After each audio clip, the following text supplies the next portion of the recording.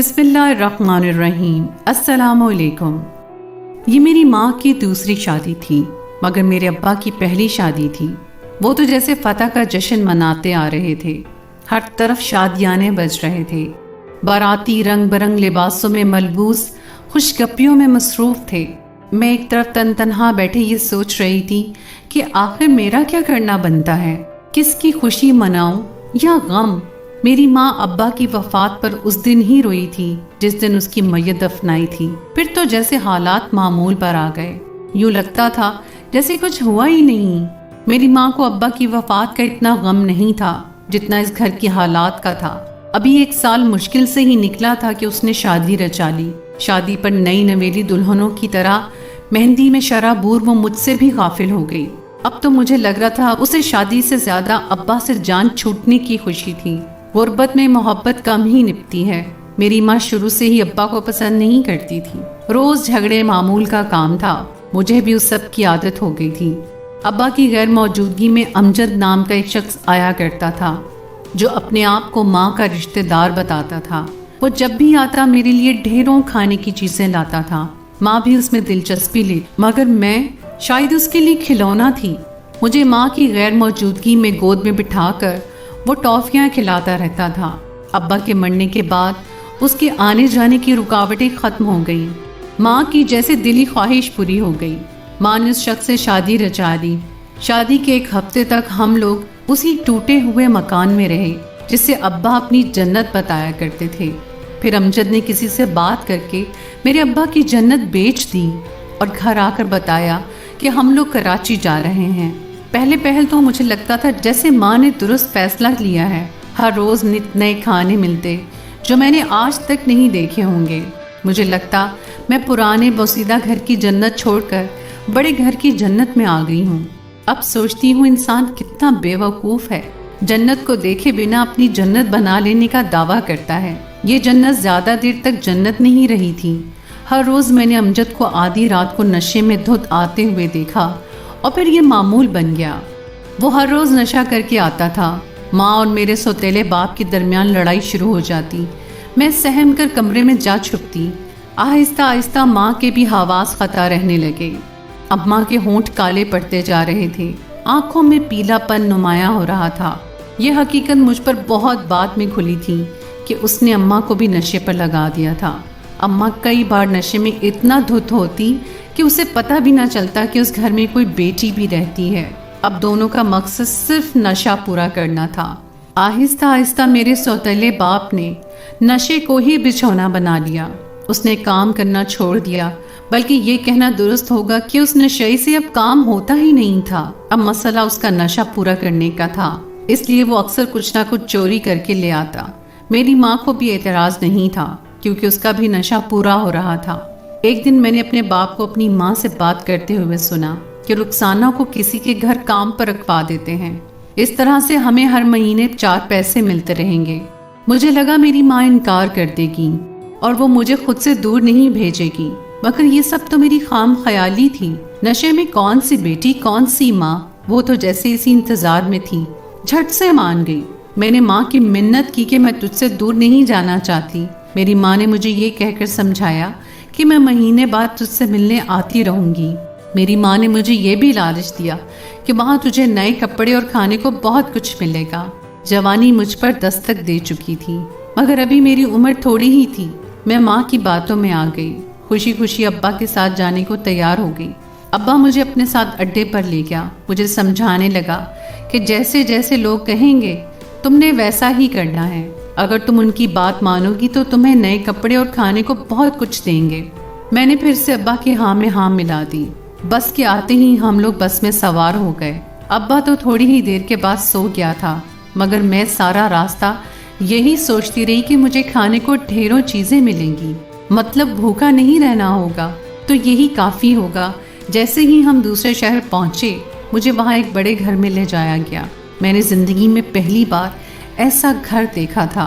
मैं हैरान होकर देखती रही, सोचती रही कि इतने बड़े घर में लोग भी उतने सारे ही रहते होंगे। अब्बा ने मुझे बाजू से पकड़कर हिलाया और अंदर आने का कहा। मैं अब्बा के पीछे पीछे चल पड़ी और अंदर दाखिल होते ही दंग रह गई। एक तरफ पानी में रंग बिरंगी मछलियां तैर रही थीं। मैं भागकर मछलियों के पास चली गई, हैरानी से उन्हें देखने लगी। मैं इसी नज़ारे में गुम थी कि पीछे से किसी ने मुझे आवाज़ दी, क्या तुम्हें ये पसंद है? मैंने हाँ में सर हिला दिया। वो मुझे पकड़कर सोफे पर ले गया और कहा, तुम्हें यहाँ जो चीज़ पसंद है वो ले लेना। मैं इतना खुश हुई कि माँ की जुदाई का भी ख्याल न रहा। थोड़ी देर के बाद अब्बा एक कमरे से निकल कर आया। उसके हाथ में ढेर सारे पैसे थे। वो मेरे पास आया और कहा, तुम इनकी हर बात मानना और इनकार ना करना, और तुम्हारी माँ हर महीने तुमसे मिलने आएगी। मैंने हाँ में सर हिलाया। अब्बा वहाँ से चला गया। मैं यहाँ आकर बहुत खुश थी, अपनी मर्जी से खाती पीती और खेलती थी। अब तक मुझसे उन्होंने कोई काम नहीं करवाया था। मुझे इतना प्यारा कमरा और खाने को अच्छी अच्छी चीज़ें मिलती कि मैं अपने आप को बड़ा खुशकिस्मत समझने लगी। 2 माह तक मुझे अम्मा की याद ना आई।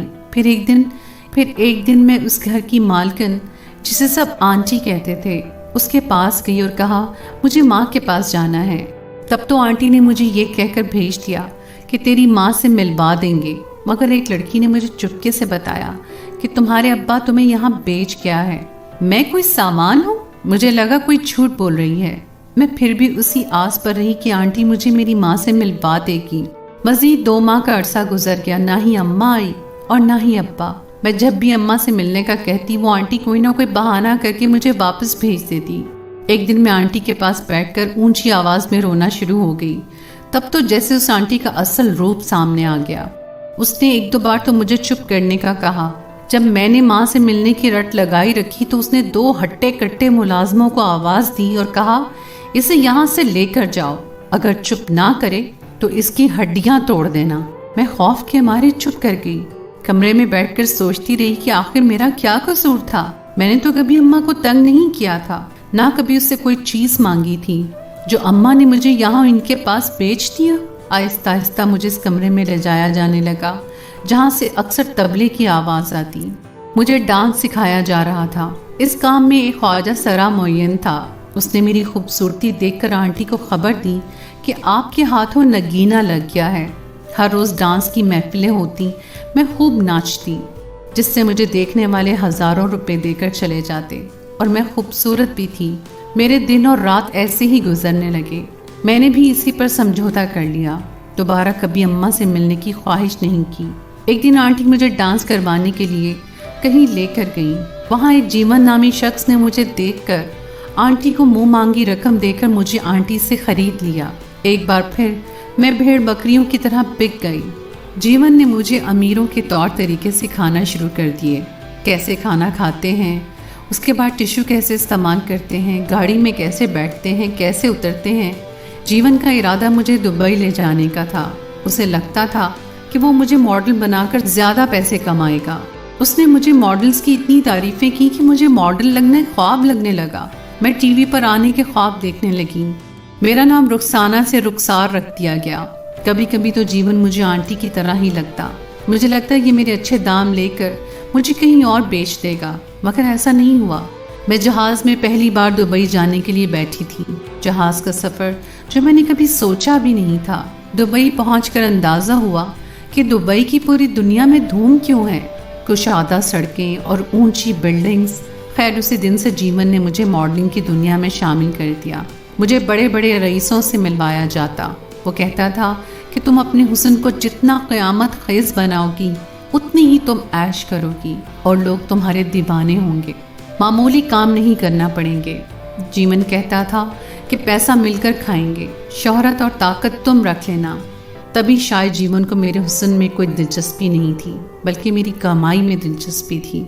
जीवन ने अभी तक मेरे साथ किसी किस्म की बदतमीज़ी नहीं की थी। कुछ अरसे के बाद मैं दुबई की टॉप मॉडल्स में से एक थी। ये एक लंबी कहानी थी। बहरहाल मुझ पर पैसे की बरसात होने लगी। जीवन ने मुझ पर खूब मेहनत की थी।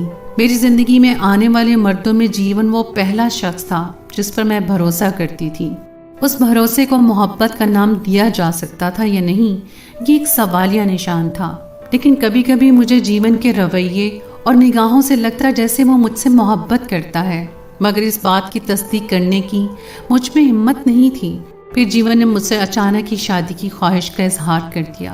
पहले तो मैं रजामंद थी اس لیے سوچنے سمجھنے کا سوال ہی نہیں تھا۔ میں نے بنا نخرے دکھائے ہاں کہہ دی۔ میرا اور جیون کا نکاح ہو گیا۔ میرا ایسے ہوتے ہوئے بھی عزت سے اس کے گھر والے میرے بن گئے۔ میں بے حد خوش تھی۔ جیون ایک اچھا انسان ہونے کے ساتھ ساتھ ایک اچھا شوہر بھی ثابت ہوا۔ زندگی یوں چل رہی تھی کہ ایک دن اچانک میرے سوتیلے ابا کی کال آ گئی۔ دوسری جانب سے روتے ہوئے اس نے ماں کی بری حالت اور خراب طبیعت کا جو نقشہ کھینچا، اس کے بعد کسی کا بھی دل نرم پڑ سکتا تھا۔ مجھے تو فقط اپنے سوتیلے باپ سے نفرت تھی۔ ماں نے مجھے بیچنے کی حامی نشے میں بھری تھی۔ مجھے بہرحال یہی لگتا تھا۔ ساری بات سن کر میں عجیب بے قرار ہو گئی۔ میں نے جیون سے مشورہ کیا۔ اس نے بھی ساری بات مجھ پر ڈال دی کہ اگر تم اپنی ماں سے ملنا چاہتی ہو تو چلی جاؤ۔ میرا فیصلہ تو ظاہر ہے کہ ہاں میں تھا، مگر مسئلہ یہ تھا کہ میرے 2 پروجیکٹ چل رہے تھے۔ میں نے سوچا ان کو مکمل کر کے اگلے ماہ چلی جاؤں گی، لیکن اگلے دن ہی ابا کا فون آ گیا کہ تمہاری ماں کی طبیعت بہت خراب ہے اور وہ آخری سانسیں لے رہی ہے اور تم سے ملنا چاہتی ہے اور تم سے معافی مانگنا چاہتی ہے۔ جتنی جلدی ہو سکے تم یہاں آ جاؤ۔ مجھے اپنا کام درمیان میں چھوڑنا پڑا۔ جیون مجھے ایئرپورٹ تک چھوڑنے آیا اور میں پاکستان آ گئی۔ جیسے ہی میں پاکستان پہنچی، میرا سوتیلا باپ مجھے ایئرپورٹ پر لینے آیا ہوا تھا۔ وہاں سے ٹیکسی میں بیٹھ کر ہم لوگ گھر پہنچے۔ سارا راستہ میں خاموش رہی، وہ بھی کچھ نہیں بولا۔ مجھے لگا شرمندگی کی وجہ سے خاموش ہے۔ اپنے گھر پہنچتے ہی میرا بچپن نکل کر میرے سامنے آ گیا۔ میری ساری مضبوطی اور سختی ہوا ہو گئی۔ میرا دل مچلنے لگا کہ دروازہ کھلے اور میں اماں سے لپٹ جاؤں، مگر گھر میں داخل ہوتے ہی گھر میں محسوس ہوا کہ عجیب مکمل سناٹا ہے۔ میں نے پہلی بار ابا سے مخاطب ہو کر کہا کہ اماں کہاں ہیں، مجھے اماں سے ملواؤ۔ ابا کہنے لگا ابھی تھوڑی دیر سانس لے لو پھر مل لینا، میں تمہارے پینے کے لیے کچھ لے کر آتا ہوں۔ تھوڑی دیر کے بعد وہ جوس کا گلاس لے کر آ گیا۔ میں نے نہ چاہتے ہوئے بھی وہ گلاس پکڑ کر اماں سے ملنے کی جلدی میں حلق میں انڈیل لیا، مگر جیسے ہی وہ جوس اندر گیا میرا تو سر گھومنے لگا۔ جب مجھے ہوش آیا میں نے خود کو ایک چھوٹے سے پرانے کمرے میں بندھا ہوا پایا۔ منہ پر ایک موٹی سی پٹی بندھی تھی تاکہ میں بول نہ سکوں۔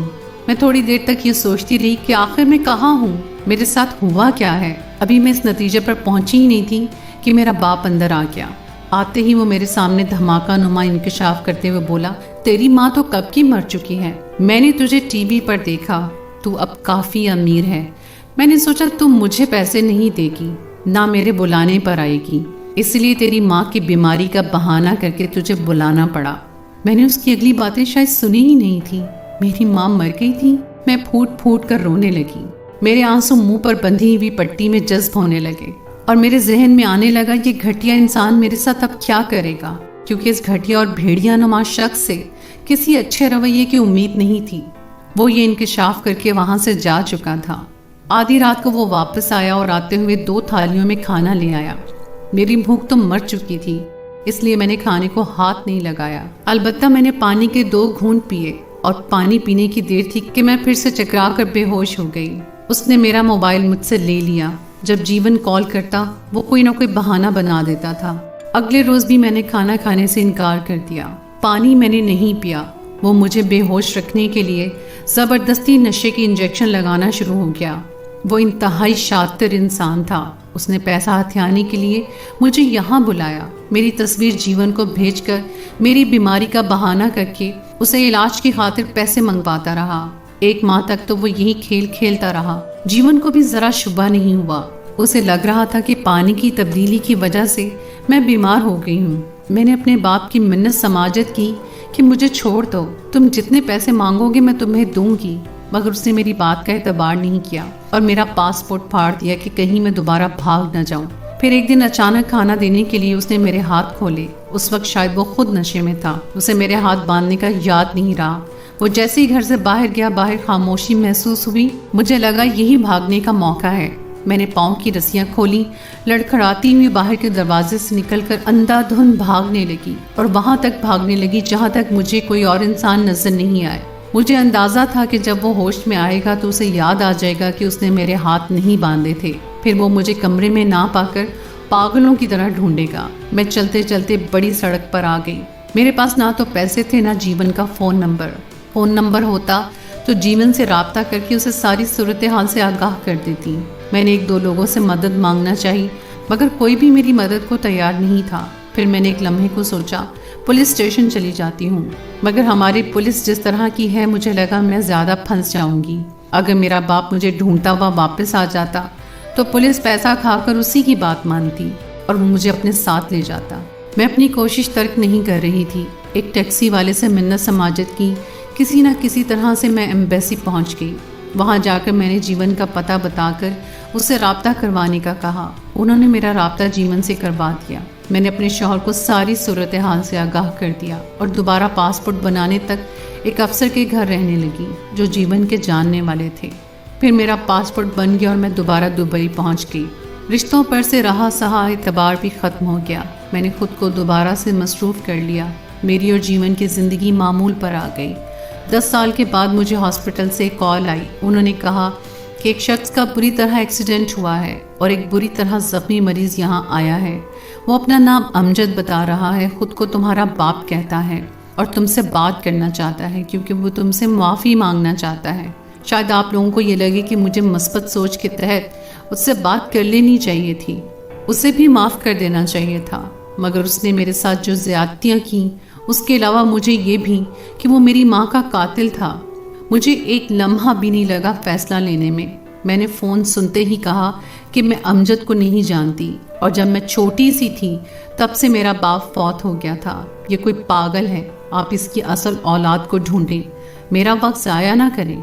ये कहकर मैंने फ़ोन रख दिया। फ़ोन रखते ही मुझे लगा कि अमजद आखिरकार अपने अंजाम को पहुंच गया। माँ का बदला लेने का उससे बेहतरीन तरीका शायद मुझे कभी ना मिलता। इस बारे में आप क्या कहते हैं? क्या मुझे अपने बाप को माफ़ कर देना चाहिए था या फिर उसे भूल जाना चाहिए? मुझे आपकी राय का इंतज़ार रहेगा। तो दोस्तों, ये थी आज की कहानी। उम्मीद है आपको आज की कहानी पसंद आई होगी। अगर आपको आज की कहानी पसंद आई है तो उसे लाइक ज़रूर कीजिए और अपनी राय का इजहार कमेंट सेक्शन में ज़रूर कीजिए। अगली कहानी तक के लिए मुझे इजाज़त दें। अल्लाह हाफ़िज़।